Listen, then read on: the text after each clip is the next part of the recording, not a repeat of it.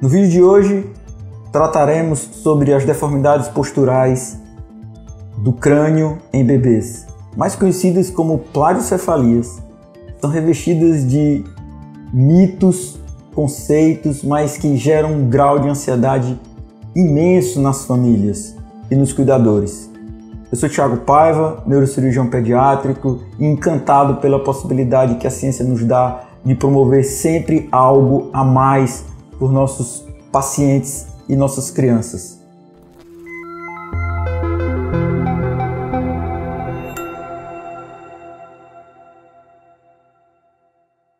No vídeo de hoje, nós trataremos sobre o que é a deformidade posicional, qual a diferença disso para a cranioestenose, por que chama plagiocefalia e não uma deformidade, o que pode ser feito, por que surgiu, como prevenir e como encontrar os melhores resultados possíveis, baseados sempre em ciência robusta, em evidência científica forte e, sobretudo, em acolhimento e entendimento que toda criança tem direito de ter sempre o melhor. A pergunta que a gente pode fazer antes de começar a falar sobre as deformidades posturais é: uma criança com a cabeça torta, que basicamente é esse conceito dessa plagiocefalia, plágio de falso, cefalia de cabeça, é como se a cabeça tivesse um formato falso. Quando falarmos de plagiocefalia, falaremos de cranioestenose.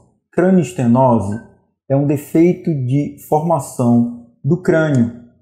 O tratamento sempre será cirúrgico. Não existe capacete para plagiocefalia verdadeira. Falaremos de deformidade craniana. Deformidade craniana no bebê, nós temos dois tipos. Nós temos um tipo que o bebê fica com a cabeça muito achatada atrás. E nós temos um outro tipo, que esse talvez seja o que gera mais ansiedade para as famílias. A cabeça da criança ela fica torta. É como se a testa ficasse um pouco mais para frente, a orelha um pouco mais para trás, o nariz um pouco mais torto. Eu vou explicar para as famílias como identificar, como saber o que fazer de melhor e entender se nós estamos falando ou não de uma deformidade postural ou de uma cranioestenose com um nível de acerto muito maior do que 80%. A presença do profissional de saúde, do neurocirurgião, do pediatra, do osteopata, do fisioterapeuta, indispensáveis. Mas a família ter esse olhar é muito importante porque a segurança do tratamento, a segurança do que se faz, depende do olhar dos pais. Funciona assim: dois tipos. A deformidade postural unilateral, mais conhecida como plagiocefalia, ela tem uma população que ela acontece mais. São os prematuros, são os meninos, são os bebês com as cabeças grandes, além do normal, e são os bebês que são muito tranquilos. São os primeiros filhos, são os que ficaram mais em ambiente de UTI neonatal. Esses são os principais fatores de risco. Começamos a prestar mais atenção nas deformidades posturais há mais ou menos uns 30 anos da década de 90, quando a Sociedade Americana de Pediatria ela lançou um trabalho que orientava que todo bebê deveria dormir com a barriga para cima. Então, ele dorme com a barriga para cima.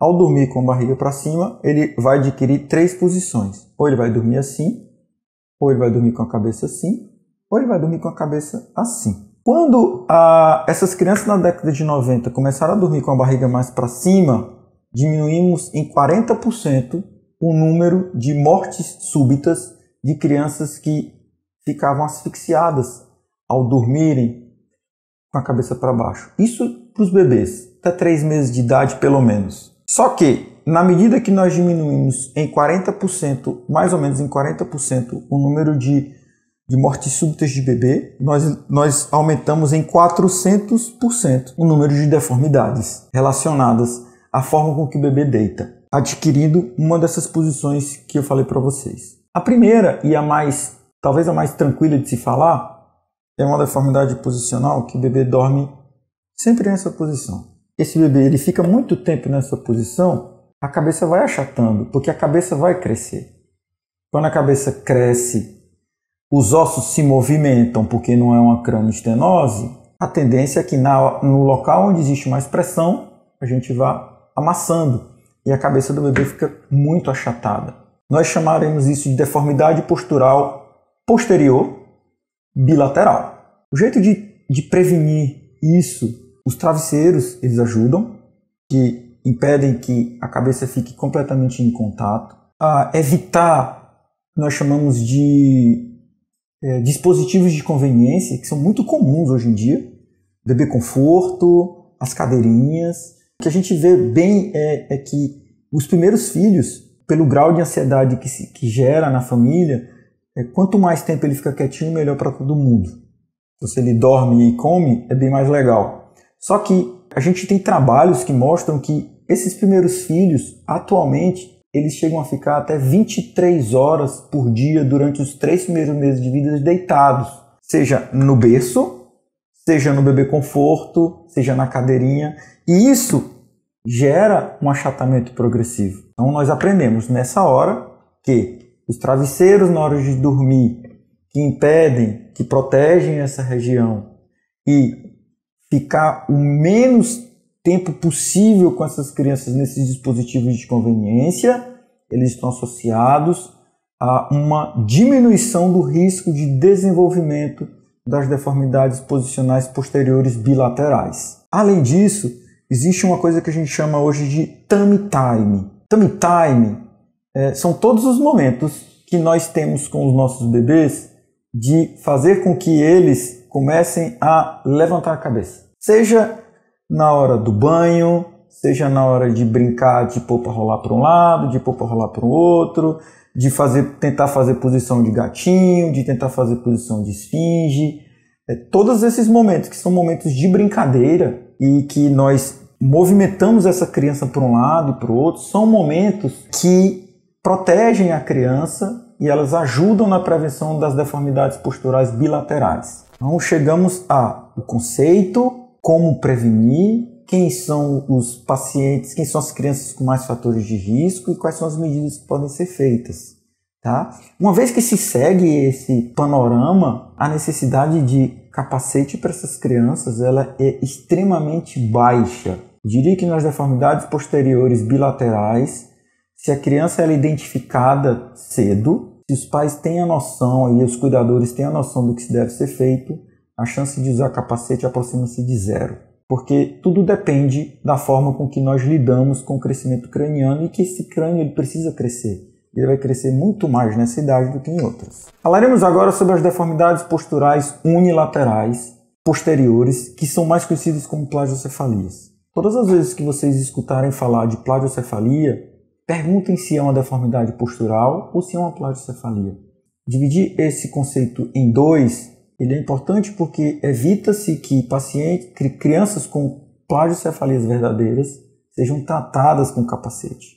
Isso acontece, eu já recebi no meu consultório, já vi com outros neurocirurgiões infantis pelo país, o tratamento de capacete em crianças com cranioestenose. Também, ao separar essas crianças, nós tiramos o peso de algo que gera muita ansiedade nas famílias, que é, será que a plagiocefalia ela vai causar um atraso no desenvolvimento neurológico do meu bebê? Essa é a grande pergunta. E esse é um dos argumentos pelos quais se prescreve tantas órteses e tantos capacetes. Nós falaremos especificamente sobre isso mais à frente. Os riscos são muito parecidos. Sexo masculino, prematuro, cabeça grande, primeiro filho, bebês que são muito quietos. Esses são os principais fatores de riscos. Nós temos outros, como internamentos prolongados de UTI, que geram com que uma cabeça seja um pouco mais virada para um lado, um pouco mais virada para o outro. Acontece que nas deformidades posturais unilaterais, também conhecidas como plagiocefalias posteriores, essas medidas que nós utilizamos para as deformidades posturais bilaterais, que são essas braquicefalias posturais, elas não funcionam tanto. As medidas posturais educacionais, elas são indispensáveis, especialmente nos 3 primeiros meses de vida. Mas prevenir é um pouco mais complexo e a gente considera que não há uma prevenção totalmente baseada em estudos científicos, porque as deformidades posicionais unilaterais, elas também estão muito associadas com torcicolos congênitos. Então, às vezes as crianças elas têm uma certa predisposição a ter um pouco mais de torcicolo por um lado e por outro, e esse torcicolo é que faz às vezes que a cabeça sempre tem uma postura um pouco mais lateral.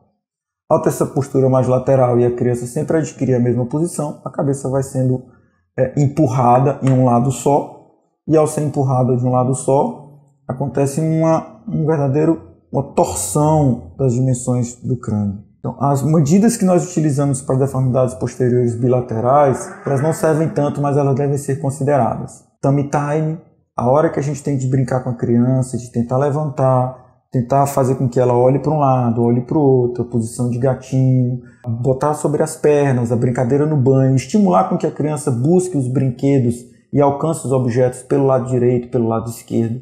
São todas medidas muito simples, estão associadas com o próprio contato e com o próprio desenvolvimento emocional da criança e que ajudam na melhora de crianças com deformidades posturais cranianas. Uma outra coisa que nós fazemos é que uma vez que a gente identifique um bebê que tem uma cabecinha um pouco mais abaçada do que o outro, mudar as posturas, medidas educacionais.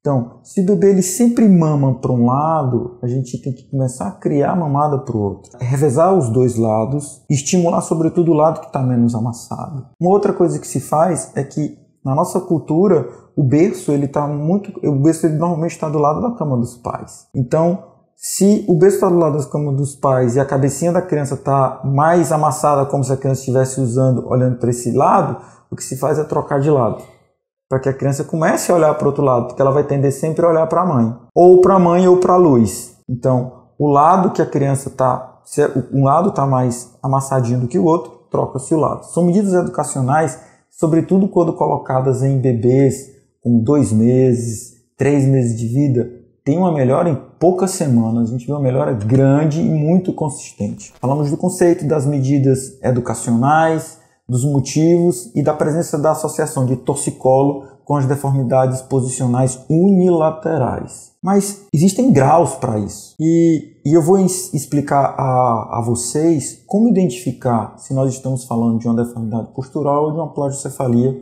com um bom nível de sensibilidade, o suficiente para que a gente tenha o interesse de buscar um atendimento especializado. Não é difícil de entender. Se um bebê ele deita nessa posição e ele fica mais desse lado, e esse lado é o mais que está sendo mais apertado, mais comprimido, necessariamente, quando a gente começa a olhar ele por cima, a gente começa a ver a orelha desse lado mais anterior que a orelha desse lado. A cabeça ela faz esse movimento. Então, se esse lado está sendo mais apertado, a orelha fica mais à frente, a gente consegue ver quando a gente olha a criança desse jeito.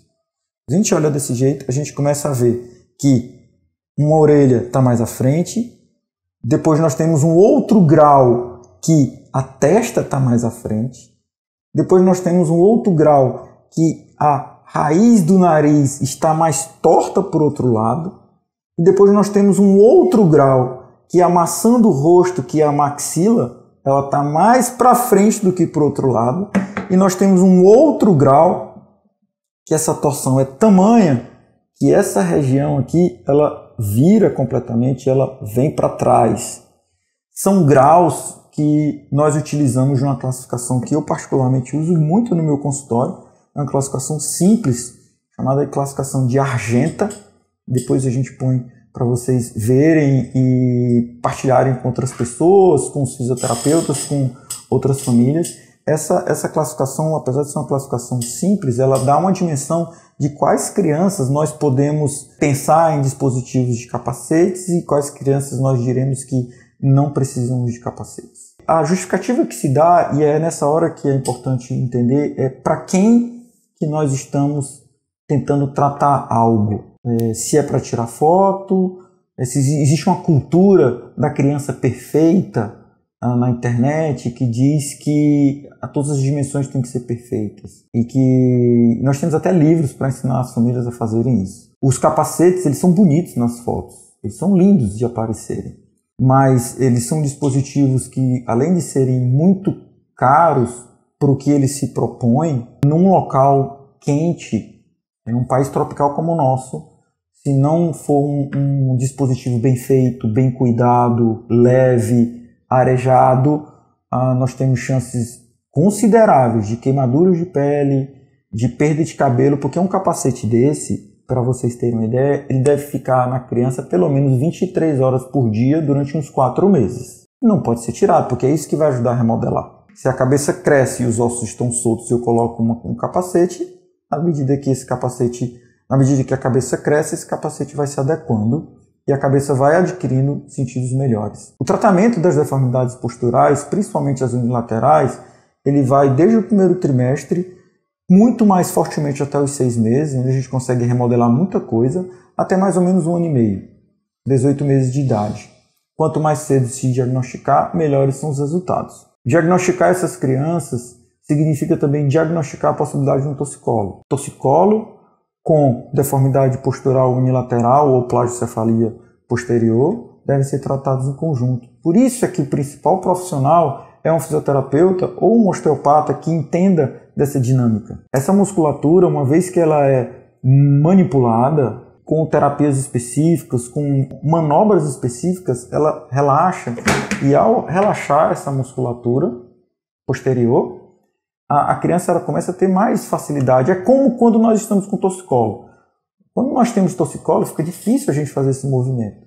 Então imagina um bebê que não consegue fazer esse movimento porque uma das musculaturas está mais curta. O osteopata ele consegue, com medidas, com manobras, manipular essa musculatura, manipular esses ligamentos e, consequentemente, facilitar a movimentação para os dois lados e garantir que a criança cresça nos próximos meses de forma equilibrada e a cabeça comece a atingir dimensões parecidas. Além disso, esse profissional ele tem a capacidade de nos ensinar de forma organizada o tummy time, os exercícios que são feitos em casa pelas famílias, para que se tenha um melhor desenvolvimento de capacidades neurológicas grosseiras e motoras que facilitam com que essa cabeça cresça de forma mais equilibrada. Nesse momento, eu vou desfazer um conceito que é, através desse conceito, que muitas famílias se veem numa situação de não saber o que se faz quando um profissional diz que ou põe um capacete no bebê ou quando tiver com 5 anos, 6 anos, 7 anos, vai ter atraso na escola, não vai conseguir se desenvolver direito, vai ter atraso na linguagem, vai ter problema ortodôntico, não vai conseguir enxergar direito, porque vai estar com uma assimetria da visão.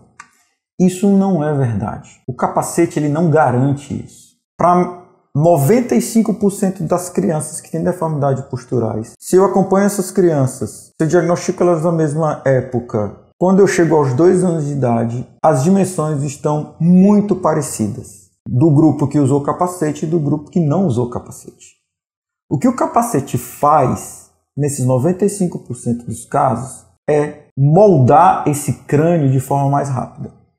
Às custas do custo, da ansiedade, do risco, mas que, numa idade que se permita, isso é um desejo de cada família. O que eu quero deixar claro a vocês é que se usar capacete ou não usar capacete, aos 2 anos de idade eles estão muito parecidos. Não vai ter diferença. O que acontece é que, naquele grupo de bebês que eu falei, meninos prematuros ou que têm a cabeça maior do que a proporção do corpo, ou bebês muito quietos, esses pacientes ficaram muito tempo em UTI, primeiros filhos, mas sobretudo esses 4 fatores de risco são os mesmos fatores de risco para crianças com atraso no desenvolvimento da linguagem e para atraso no desenvolvimento de habilidades motoras. O que acontece, na verdade, é que eles já têm esse risco maior. Então não adianta pôr o capacete, não vai ser o capacete que vai resolver esse problema. E sim o estímulo organizado, com profissionais habilitados, com a inserção e a participação da família. Quanto mais se estimula um bebê, melhor o bebê se desenvolve quanto mais ele se desenvolve, no futuro mais habilidades ele vai ter. Nós sabemos, bebês que têm mais deformidades posicionais são bebês mais quietos. Quanto menos o bebê se mexe nos primeiros 6 meses de vida, aos 5 anos de idade, isso está associado com uma menor capacidade de aquisição de habilidades de estudo de linguagem. A ligação está no início, ela não está no capacete. Esse é o ponto. Outro mito que não existe. Disfunção da articulação temporomandibular, com necessidade de tratamento ortodôntico mais sério por causa da deformidade posicional, e o capacete evita isso. Não existe evidência científica alguma sobre isso. Os problemas ortodônticos eles existirão nos 2 grupos, com capacete ou sem capacete, de acordo com a própria predisposição de cada criança. O problema está na origem, então não está na forma com que se usa o capacete. Só que vocês podem me perguntar, ok, Thiago, 95%, mas será que o meu bebê está nesses 5%? A classificação de Argenta, apesar de ser uma classificação muito simples, ela facilita demais isso. Na minha prática do dia a dia, se o bebê ele tem uma deformidade craniana capaz de deixar com que a cabeça seja a orelha mais para frente, a testa mais para frente, o nariz mais torto para o outro lado e amassando o rosto um pouco mais alta, mostrando que a deformidade posterior ela já interfere na própria deformidade da face, eu acho que vale a pena usar o capacete. 5% das indicações hoje são dessas. As outras 95% não são indicações baseadas em evidência forte. A família quer usar, acha bonito usar, isso é um desejo de cada família. Como neurocirurgião infantil, o que nós explicamos nem tudo que é deformidade precisa de capacete e nem toda deformidade é para capacete. Dito isso, nós podemos criar grupos de tratamento. Primeiro, os pais eles devem olhar os seus bebês. E é uma dica que eu dou, que é interessante que no consultório eles ficam às vezes surpresos com isso, mas olhe o bebê de longe. Difícil a mãe às vezes enxergar, porque a mãe sempre está com o bebê muito perto. Mas quando a gente olha de longe, a gente começa a ver de forma, numa perspectiva mais ampla, se existe algum tipo de assimetria. Os supercílios, gente, eles devem estar na mesma altura. A testa e a outra devem estar na mesma altura. As orelhas, elas devem estar na mesma altura. Se não estão na mesma altura, pode significar ou uma deformidade posicional ou uma cranioestenose. Se o bebê nasceu perfeito, cabeça perfeita, e com o passar do tempo, vocês começam a observar que a cabeça está ficando mais torta, principalmente nesse sentido, uma chance muito grande de ser uma deformidade posicional. Olhem, fica muito tempo com o bebê conforto, dorme muito, mexe pouco, mama e dorme, a cabeça está ficando cada vez mais torta, a testa está aumentando, o nariz está ficando um pouco mais dobrado, muita chance de ser uma deformidade posicional. A cabeça está muito achatada para trás, muita chance de ser deformidade posicional. O que fazer? Avaliação com um pediatra que entenda do assunto, um osteopata ou um fisioterapeuta que saiba manejar e discutir com o neurocirurgião infantil a possibilidade ou não de um capacete. As indicações de capacete elas são muito restritas e a minha opinião é que elas devem ser discutidas com um neurocirurgião que entende do assunto. É claro que ninguém quer que seu filho fique com o rosto torto, porque ter um rosto torto no futuro pode ser causa de bullying. Causa de bullying faz com que a criança fique mais isolada. Quanto mais isolada, menor a capacidade de inteligência, mais ela se esconde e menos coisas ela faz. Isso está associado com a diminuição da inteligência. Mas daí a se prescrever as órteses e os capacetes de forma indiscriminada para toda a cabeça torta, não tem essa necessidade. Até porque as assimetrias nossas, elas fazem parte da nossa própria natureza. Tá? Sigam com a gente, passem esse vídeo para as pessoas que vocês conhecem, difundam essa mensagem.